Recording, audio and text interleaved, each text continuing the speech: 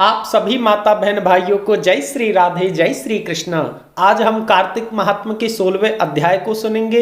इससे पहले आप सभी मेरे साथ में बोलिए हरे कृष्ण कृष्ण कृष्ण हरे हरे, हरे राम राम राम हरे हरे। आइए कार्तिक महात्म के 16वें अध्याय को सुनते हैं। राजा पृथु ने नारद जी से कहा, हे नारद जी, ये तो आपने भगवान शिव की बड़ी विचित्र कथा सुनाई है। अब कृपा करके आप यह बताइए कि उस समय राहु उस पुरुष से छूटकर कहाँ गया।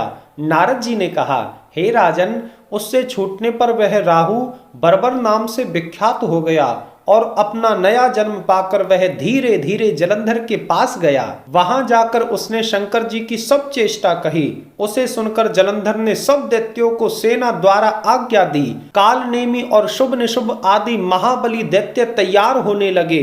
एक से एक महाबली दैत्य करोड़ों करोड़ों की संख्या में युद्ध के लिए आ गए। जलंधर शिवजी से युद्ध करने के लिए निकल पड़ा। आकाश में मेघ छा गए और बहुत अपशकुन होने लगे। शुक्राचार्य और राहु सामने आ गए। उसी समय जलंधर का मुकुट खिसक गया, परंतु वह नहीं रुका। हे राजन, उधर इंद्रादि सब देवताओं ने कैलाश पर शिवजी के पास पहुंचकर पूरा वृतांत सुनाया और यह भी कहा कि आपने जलंधर से युद्ध करने के लिए भगवान विष्णु को भेजा था। उनको भी जलंधर ने अपने वश में कर लिया है। हे प्रभु, विष्णु जी लक्ष्मी सहित जलंधर के अधीन होकर उसके घर पर निवास करने लगे हैं। इसी कारण देवताओं को भी वहीं रहना पड़ रहा है। अब वह जलंधर आपसे युद्ध करने आ रहा है।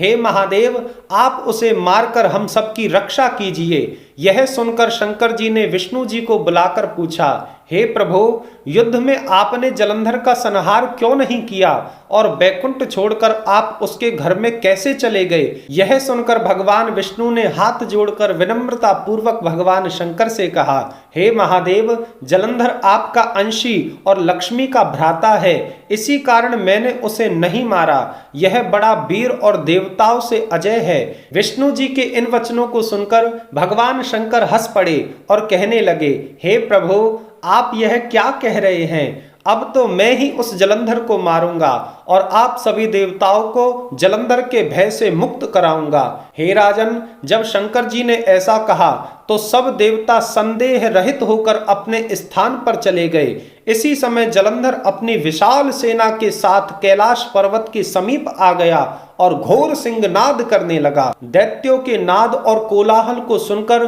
भगवान शंकर ने नंदी आदि गणों को उससे युद्ध करने की आज्ञा प्रदान की। कैलाश के समीप भीषण युद्ध होने लगा। दैत्य अनेकों प्रकार के अस्त्र शस्त्र बरसाने लगे। भेरी, मृदंग, शंख और वीरों तथा हाथी, घोड़ों और रथों के शब्दों से शब्दित हो पृथ्वी कांपने लगी। युद्ध में कटकर मरे हुए हाथी, घोड़े और सेना का पहाड़ लग गया। रक्त मांस का कीचड़ उत्पन्न हो गया। दैत्यों के गुरु शुक्राचार्य अपनी मृत संजीवनी विद्या से सब दैत्यों को जीवित करने लगे। यह देखकर शिवजी के गण व्याकुल हो गए और महादेव के पास जाकर सारा वृतांत सुनाया। उसे सुनकर भगवान रुद्र के क्रोध की सीमा न रही। फिर तो उस समय उनके मुख से एक बड़ी भयंकर कृत्या उत्पन्न हुई, जिसकी दोनों जंघाएं ताल वृक्ष के समान थी। वह युद्ध भूमि में जाकर सब असुरों को खाने लगी और फिर वह शुक्राचार्य के समीप पहुंची और शुक्राचार्य को पकड़कर अंतर ध्यान हो गई। हे राजन, शुक्राचार्य के गुप्त हो जाने से दैत्यों का मुख मलिन पड़ गया और वे युद्ध भूमि को छोड़कर भागने लगे। इस पर शुंभ निशुंभ काल नेमी आदि सेनापतियों ने अपने भागते हुए वीरों को रोका। राजन, शिवजी के नंदी आदि गणों ने भी दैत्यों से भीषण युद्ध करना आरंभ कर दिया। इतना कह करके 16वें अध्याय का समापन करते हैं।